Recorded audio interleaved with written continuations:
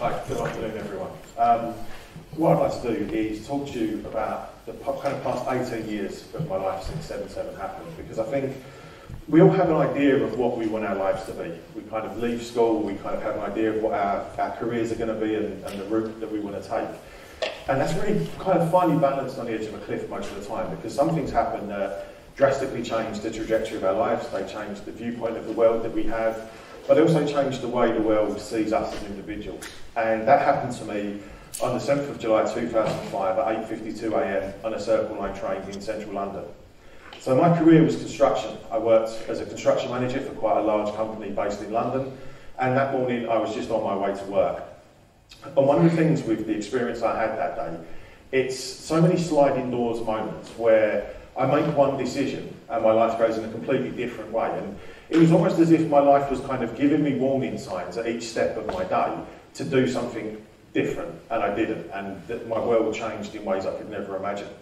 So I think also when we think of 7/7, if you think of the day before that, it was the day that London won the bid to host the Olympic and Paralympic Games. So being a Londoner myself, it was quite a monumentous day for us as a city to be hosting such a prestigious sporting event. So when I was at work, my whole thought process was about how can I be involved in the Olympic and Paralympic Games, and knew there was going to be a real fight to be involved in these projects. What I didn't realise was less than 24 hours later I would literally be fighting for my life. So on the morning of the 7th of July, I got up to go to work. I didn't feel great, so I decided that I was probably going to ring in sick, and I went back to sleep for about an hour. I woke up, I felt better, and I decided to take myself into work. So where I lived in Essex, it was a short bus ride from where I lived to my local train station, and then a train into Liverpool Street, and then the Circle Line from Liverpool Street. And when I got up and kind of finally left my house, I was already a bit later than I would normally be. And when I got to the bus stop around the corner to where I lived, there was a bus there, so I thought, brilliant, I can make up some time. I jumped on that, there was a burst water main. So I was being delayed, and I was only about 500 metres from my house, so I sat down and thought, if I get off the bus, I can run back to my house, get my car and drive to the site, and I've just decided to stay on the bus. So there's the first decision that alters the course of my life. Eventually, when I get to Romford Station, I haven't got my travel card, so I have to queue up with the automated machine, which was out of order, so now I've got to join the queue of other commuters to buy travel cards, and it just took forever. So eventually, I get on the train. It was a fast train to Liverpool Street, and as you would expect on any London transport system, there was a signal failure at Stratford. So again, I'm being delayed. Now, I was 6'4" and 19.5 stone. I played semi-professional football. I did a bit of boxing, spent a bit of time in the gym. So I was quite a big guy. So now you have to imagine basically somebody that's incredibly frustrated, that tends to swear quite a lot, standing on a tube train, getting angry, getting frustrated because I'm late for work, I'm being delayed again, but then eventually the train moves. So when I got to Liverpool Street Station, normally I would just run through and kind of grab a sandwich and kind of fuel for the day. I didn't do any of that because I was late. I ran through the concourse, got through the ticket barrier, onto the platform for the Circle Line, and there was a train there. I let that go to get the next one because the first one was really packed. So all of a sudden, there's 3 decisions that I've made that, unbeknownst to me, are going to drastically alter my life. The final one was I missed my stop. I should have got off at Baker Street, and I was messing around with my phone, and by the time I realised we was at Baker Street, it was too late. We was moving on. So I looked at where I could get my connecting train from, and that was going to be Paddington. In the interim between that, I'd seen a guy get on the train, he'd walked past me, gone to the end of the carriage, come back and sat down next to where I was stood. As the train pulled out of Edgware Road Station on its way to Paddington, we kind of got into the tunnel, and we were probably about 200, 250 metres away from Paddington when I looked round. And I could feel somebody staring at me, so I looked down, this guy was looking at me, I see him reaching into the bag, and there was a big white flash. A flash that I can't begin to explain. A sense of heat that was so hot, it was unbelievable, and a massive sense of pressure. And with that, I was blown out of the train and into the tunnel. I was on the floor of the tunnel, not really knowing what had happened. I believed that there'd been an electrical explosion in the carriage and that had forced the doors open. At no point in that moment of time did I believe it was a bomb, nor did I believe I was seriously injured. When I tried to move, I couldn't. I was pinned down with some debris. When I tried to move my arms, I saw that my arms and my hands were on fire, so I then kind of very quickly realised that this is a more serious situation than I first imagined. I tried to lift the debris off me, and when I put my hands underneath the debris, my left leg was completely gone, and my right leg was severed at the knee but facing the wrong way. The pole that I'd been leaning against had gone through me, and I mistakenly pulled that out myself and just threw it away. At 26 years old, I laid on the floor of an underground tunnel, honest to God, believing I was going to die. And this isn't bravado or machoism. I was fine with that, because the fear of being in that tunnel was immense, and I wanted out. And if death was the only way out, then I was fine with that. What I was terrified of was dying alone. That fear still sits with me now. Death doesn't frighten me. It happens to everybody. Dying alone absolutely terrifies me. I was eventually saved by another passenger. I was taken to St Mary's Hospital. It culminated in me dying 3 times on that day. I had to have an open heart massage to manually restart my heart. I was in surgery for about 19 hours and I had 87 pints of blood put in me. I was in a medically induced coma for 8 weeks, in intensive care for 12 weeks, and in hospital for a year. It makes me the most seriously injured survivor of all 4 attacks that day. Now that in itself sounds absolutely horrendous. That was probably the easiest part of it, because I was diagnosed with complex post-traumatic stress disorder. And I didn't know what that was. I always thought it only affects military people. You hear it on the news, you see it, it's military personnel that suffer with PTSD, not Joe Public. And I thought I could control it. And what I realised when I eventually got out of hospital, I realised that the world out there ain't designed for people like me and other disabled people. Because my viewpoint of the world was, as a 26-year-old, 6'4", fit, strong man, I can do anything I want. I can go anywhere I want. And all of a sudden, I got this disability, and my world became very insular. I become frightened to go out. The unknown is absolutely terrifying. And what I realised was, actually, the barriers that are put in front of me, and for countless millions of people every day, they needn't be there. But there's this lack of understanding, and there's this fear around disability and mental health. And I'm not ashamed of my PTSD, because for me, it's a testament to my survival. Because one of the things when I was really struggling with my PTSD, I felt like I was toxic. I felt like what had happened to me made my existence toxic. Because everything I thought of and everything I did drew me back to that day, drew me back to being in that tunnel. And I couldn't shake it. And all I kept thinking was, anybody that comes into my world, I'm going to destroy their world because of what this did to me. And I don't want to do that to other people. I made 3 attempts to end my own life. I couldn't cope with it anymore. I'd lost all hope of ever having a future. And one of the things that I found is that when you've got hope, you have a belief that eventually things can get better. I didn't have that. My disability will be with me forever. The psychological and physical impacts of that day will last with me till I die. It doesn't go away. What I found, and what I've really struggled with over the years, is the perception of disability, the perception of mental health that we have from employment, from service providers, from education facilities. We have this kind of generic viewpoint that once you get a disability, it means your life is over. Well, what it meant for me, and what I found, was actually it was the start of a new life. And it was a different life. It was a different life to what I ever imagined I would have. But different doesn't have to mean worse. Different doesn't have to mean bad. What it meant for me was finding new ways to do things, thinking out the box to find solutions to problems I'd never had to encounter in my life. Disability wasn't something that had touched my life in any aspect. No disabled relatives, none of my friends that I knew of were disabled. So it was a completely alien world.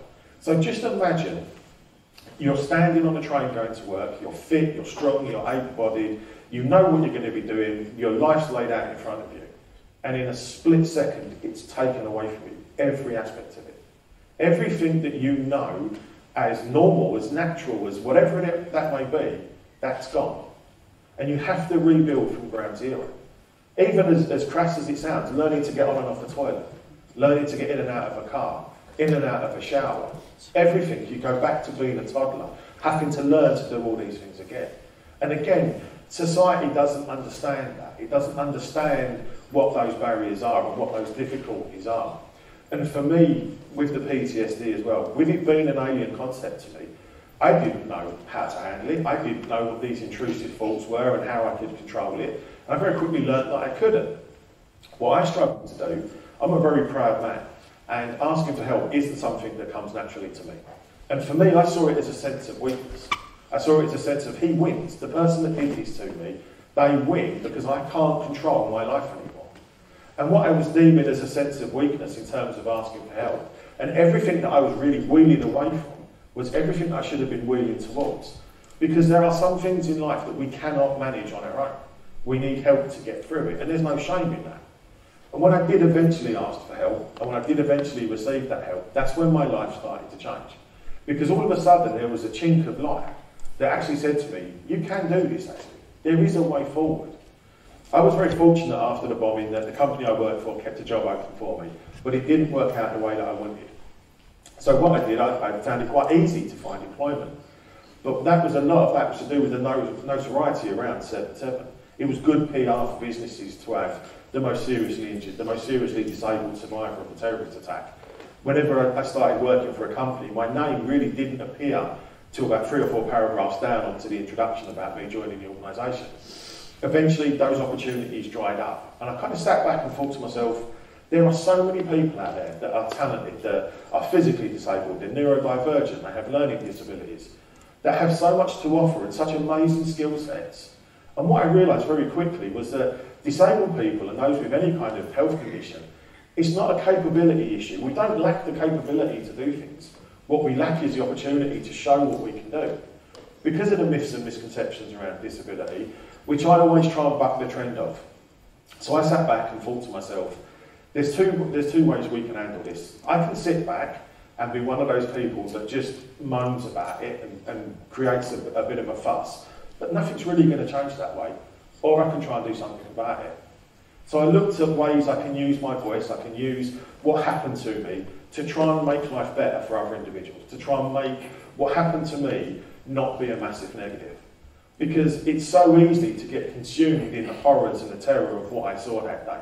It's so easy to get consumed in the physicality of what I lost. Because the things I lost from my life, I can never get back. They're gone. And you have to go through a grieving process of that.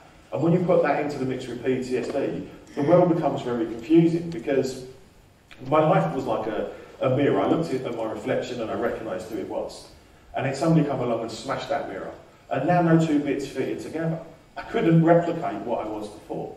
And you spend this period of time really craving for the things that you can't do anymore. I know I'll never be able to walk again. I know I'll never kick a ball again. I know I'll never climb a flight of stairs again. But it's about looking at the things that I can do and not the things that I can't do. And using my PTSD as a sign of strength. And as a sign of showing people that, yeah, actually, there are horrendous things that people go through. But trauma is a very individual aspect. I never, ever think that what happened to me is worse than what anyone else is going through. Because we all have different levels of how we cope with things, how we control things, and how we feel about things. So for me, with my PTSD, with what happened to me, I use that as a strength, as a driving force. Because for me, I'm not just a survivor of a terrorist attack. I'm a survivor of an attempted murder. That's quite a powerful thing to know yourself, that I stood next to somebody that hated me and everybody else on that carriage and wanted to kill us all. That is a huge driving force for me to go, you do not win. And I want to set an example for the next person that is involved in an incident like I was, or the next person that has a road accident, to basically say, this isn't the end of your life. It's the end of a chapter, and now it's a new chapter. And I'm very, very lucky in so many respects. I'm very lucky to have survived. I died 3 times on a day. I was given less than a 2% chance of survival. But why I'm also very lucky, I got to wipe the slate clean. I got to build a new life for myself from scratch. And whether or not that works out or not, I've still got the choices to decide what I want to do and how I want to build my life. So my life now is all about promoting diversity, promoting disability. Because one of the things that people don't understand is when I go to work, and I'm self-employed, and when I go to meetings and things, people don't see what I have to go through to get ready to go to work. That in itself feels like a day's work. But yet I do that, I go out, I put a shift in, I do my job, I come home, and I do it all again tomorrow. Now with my PTSD, I have flashbacks, I have night terrors. So sometimes I don't sleep for 2 or 3 days. But I still go to work, I still do what I've got to do. Because I'm not going to let the circumstances of what happened to me dictate how my life is. I will push against every barrier that I face. And I want to inspire people to say, actually, whatever the trauma is, whatever you are going through, there is only one way out, and that is to go through it and come out the other side. For me, the turning kind of trauma into triumph, that comes from that point of going, I need help. I can't do this on my own, I need help. The moment I reached out and asked for help, that's when I started to take control. And it's peaks and troughs. I never know when my PTSD is going to hit me. I'm having a good day today. I can go to bed tonight, wake up in the morning and literally not be able to get out of bed. Or I'll just get up and crack on and everything will be rosy again. But I work on a percentage basis. And as long as the percentage of time that I spend with my wife laughing and joking and smiling outweighs the percentage of time that I'm upset or I'm a bit down, then I know that I'm living the life that I want to live. And I know that he's not winning. And it's a constant battle. And some people say to me, oh, you need to let that go. I don't believe in that. For me personally, that's the driver that keeps me going. Because this isn't the life that I want. This isn't the life that I'd signed up for. This wasn't part of my life plan to end up in a wheelchair for the rest of my life. But it's the life that I've got. And I tend to grab it with both hands and make the very best of it in every way that I can. And I hope, in some way, in some respects, people out there will think, actually, he went through all of that and he's still pushing on and he's still achieving. So maybe I can as well. If you're not feeling great or whatever, there's always a little bit of hope that things can get better. And when I'm in my real kind of darkest days of my PTSD, when I was on the floor of the tunnel, I just kept saying over and over in my head, if you survive this, you'll find a way through. Now, it's very easy to promise yourself that if you think you're going to die. Because obviously, I honestly believed I was going to die. So I could promise myself whatever I wanted, because I knew I didn't have to live up to it. But saying to myself, if you survive this, you'll find a way to cope. That's what I've had to do. And some days are better than others, but no day's ever easy. I never have an easy day living with what happened to me, living with the survivor's guilt and the PTSD. But what I have every day is a determination of I cannot allow this to become all of who I am. 7-7 is a part of my life. It's a part that I wish had never happened. It's a part that I can't undo, but it's a part of me that will always be there, and I can't do anything about that. But what I can do is I can use that as a catalyst to try and push forward, to try and achieve more things and try and show people that actually there is a way through things. We have human capacity to deal with things is phenomenal. And 90% of people are incredibly lucky that they never find themselves in a situation where they're pushed to the absolute nth degree. I was, and I was very fortunate I was able to find a way through it with the love and support of my wife, with professional experts that helped me. But for about 8 years I didn't have any help because I was too proud and too stubborn to ask for it. And it nearly destroyed me. And I think that was the point where I started to turn that trauma into something that could be triumphant, into something that say, actually, I'm not going to let this win. I'm going to keep fighting. I'm going to keep pushing on. For me, when I look at my life now, compared to what I had before I got injured, I've got a better life now. Now that may sound strange with all the physical pain and the disability, but I've got a better life now than I had before I got injured. I've got more purpose in what I do. I'm more driven about what I do. I appreciate the world so much more.